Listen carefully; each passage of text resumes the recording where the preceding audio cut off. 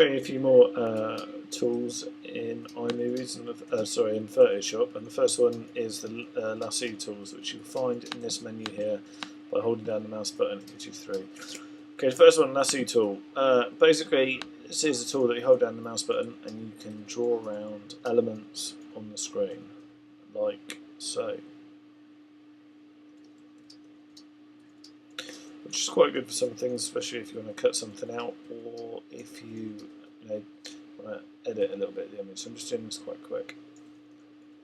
Voila, done. Right, and what it does, it gives you an outline, and this is the area which is selected. So once you've done that, you go to refine edge, and it can show you what it will look like on different coloured backgrounds.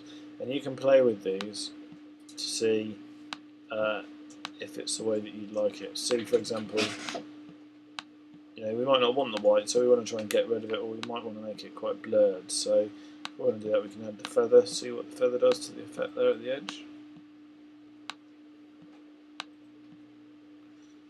Make it a bit more smooth, change the radius a bit. It's coming down like this, more contrast in there.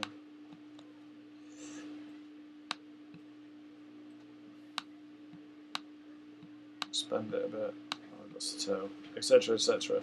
So after you've done that, until you get it the way that it likes, and after you've done that, you click OK. And what we'll see now is if we copy this onto its own layer.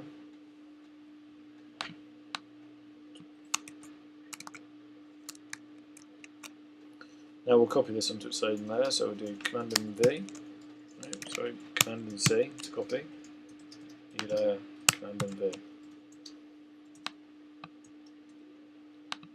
So it gives us that sort of effect, which could be quite good and could be quite useful for some of the print work that you will be doing. The next lasso tool that we've got the Polygonal lasso tool. And what this does is this allows us to put in, by holding the mouse button down, it allows us to put in another type of lasso, you can see there, but it keeps a straight line, so I don't have to worry about getting an exactly a straight line. It automatically does that for me when I move the mouse button. It doesn't let me put any bends at all into this. Okay, and you can see that if I hold the shift button down, it actually gives me the diagonals. So this is a bit different to the lasso tool that we used last time, which allows us to freehand in the lasso and allows us to put curves and things like that. Okay, the best of the bunch of the lasso tool, and the final one, is this magnetic lasso.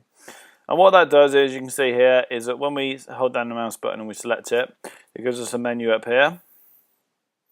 Okay, and it tells us how wide we want it to be and our contrast and frequency. You don't really need to worry about those as such, but one thing you might want to think about is the feather. And basically what the feather is it softens the selection and the edges of our selection. Therefore, it adds sort of like a fade-out effect to it.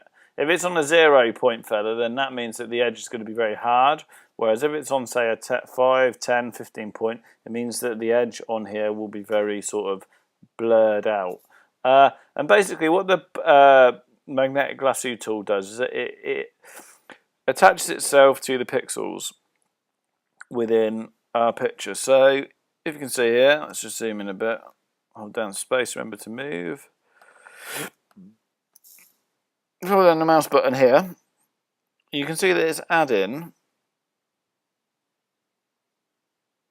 You see that as I've got the mouse button held down, it starts to stick to the pixels on the screen. And also, if you press the mouse button yourself, you can add in your own points.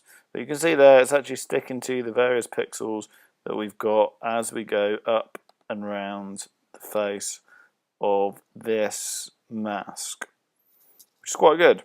Now, what you can do, guys, if you want to change how much of how many pixels it actually sticks to, and make it a bit more, so it sticks to more pixels or less. Just bear with me a sec. You need to change the frequency in here to do that. Okay. Now, once you've done that, okay, guys, remember that you've got your refine edge tool again in here to refine your edges, and you've also got your feather tool, which you can use, but also you can access that through refined edges.